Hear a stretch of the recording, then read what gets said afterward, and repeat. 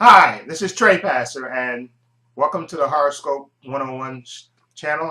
This is 70's week, and since it's Saturday, it's my turn up. And for my movie, this is 70's slasher week, and the movie that I picked to review is Wes Craven's The Hills Have Eyes. There we go. Nice shot of Michael Berryman there. Okay, this is a horror classic from Wes Craven. Um, this is, I believe, his second movie. The first movie, I think, was Last House on the Left, and then The Hills Have Eyes. This story is basically about a family on their way to California. Their car breaks down. They actually accidentally stumble onto the Air Force testing route, and they accidentally run themselves off the road, and basically they get a busted axle on their car, and they have a trailer camper there. And so this family, which consists of a mother, father, I think the two sisters and it's mother and father. I think it's then you get the married couple, and you have the brother and sister, so it's six of them. Yeah. Okay, so they're basically stranded out in the middle of the desert. So basically they get slowly stalked by this cannibal family. Okay, which is that's the basic premise of the movie. And when this movie first starts, you hear them. You don't see the cannibal family at first. You hear them, talking to each other and making comments about the family and stuff, and how attractive the women are and stuff. And then they slowly but surely start moving in, and things slowly start to unfold. And then when it starts, it gets right up into it, and it's a lot of tension in this movie, a lot of suspense, waiting to see what's going to happen and how the cannibals are going to attack this family. And really good performance, I think, by the actors that played the cannibal family. They really went all out. And of course, the cannibal family is, they have the unusual names. I think that the father is Jupiter. Then you have the sons Pluto, Mars, and Mercury. And then you have Beauty, and then you have the mama character, who doesn't really do anything, but I think stays drunk. But anyway, there's a lot of insane, kind of crazy violence in this, which is not gratuitous or anything. It's just what I think we'd expect. And the thing that I think that makes this movie a classic and makes this movie scary, just like I think a movie like Wolf Creek, is that it could really happen. I think those reality type horror movies are, I think, the most scary sometimes, because I think those the situations that could happen in real life, and this situation is something that could possibly happen in real life. Maybe not the cannibal part, but the breaking down the car and family getting stalked by somebody, that type is what I'm mainly talking about. That could possibly happen in real life, which makes it scary. And in this movie, this cannibal family, not only they're wacky, they're really scary, and they're scary too. And there's also a documentary on this. This is special features where they talk to Wes Craven about the movie, Wes Craven and the producer. And one of the producers, Peter Locke, I think that's the producer, he actually plays as a small cameo in this movie. He plays actually Mercury, one of the cannibal sons. But it's a real good documentary. They interview the actors and stuff, and they talk about their experience making the movie, how it was low budget and stuff, and how they used for the cannibal family. This is like a fun fact, I guess. They used some of the props from the Texas Chainsaw Massacre. They had the same crew that worked on the Texas Chainsaw Massacre worked on this film with Wes Craven. So a lot of when you see the cannibal family in their cave that they live in, you see some of the stunts that they leftover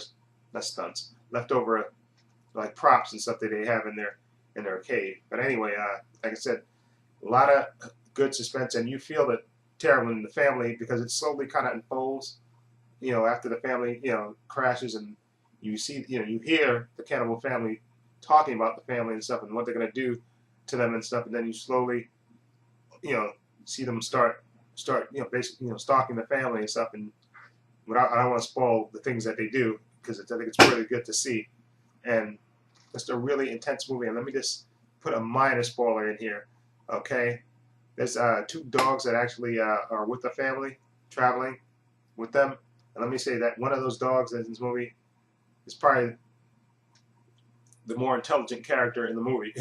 Okay, let's put it that way.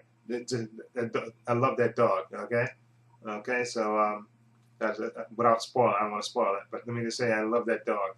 Okay, and he was to me my hero in this movie. Okay, and also this is Michael Berryman right there, and I just want to say, you know, I saw the documentary where they were, you know, they interviewing all the cast and crew, and they interviewed Michael Berryman and stuff. And I remember when I was younger, I think young kid, he just creeped me out. His look. I know he has a medical condition, which which causes the way he's shaped, but he actually scared me. This look. I know that just that look. It's just creepily intense, and it was just something about that look that always creeped me out. But anyway, it's definitely a movie worth seeing. Like I said, because especially the aspect about this could really happen, and the family slowly getting stalked and stuff, and the things that the cannibal family does to this normal all-American family. And I like the way in the documentary Wes Craven kind of explains it. He said, like, you have the straight-laced family, then you have the cannibal family, and he likes the dichotomy between the two. How you have this one normal family, with the mother, father, sons and daughters and everything else, all American family. Then you have the cannibal family, and they consist of a mother and a father and sons and stuff, and how sometimes you have to resort to being an animal to beat.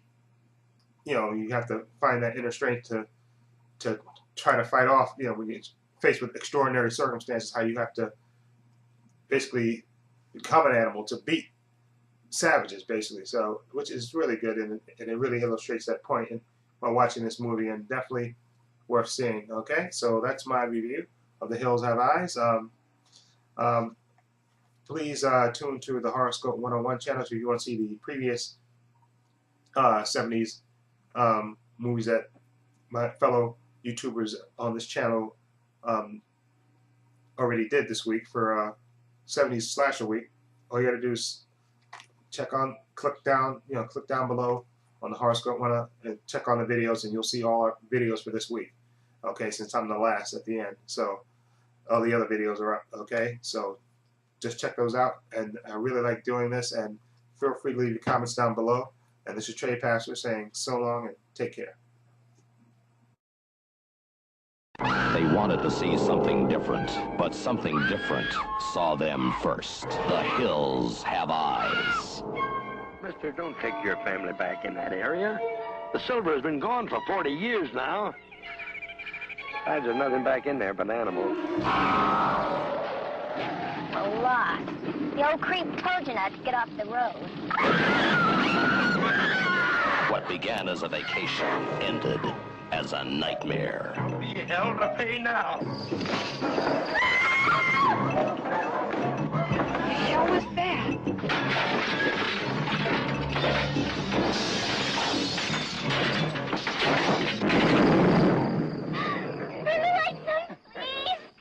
She thought she knew what the world was all about, but nothing prepared her for this.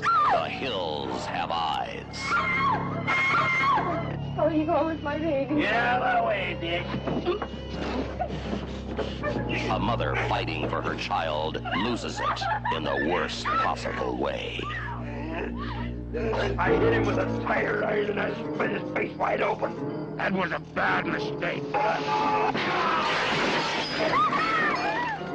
I come back for you later, girlie. Why are you doing this? The story of an American family who lost everything except the will to survive. Murdered, raped, burned, but not beaten. The Hills Have Eyes. The story of one family's refusal to die. I'm gonna get those animals. The Hills Have Eyes. A night of terror. A day of vengeance where no one was spared. No one. Kill him, babe! Kill me! They fought back. Anything was a weapon. The family dog to the family car. It's working!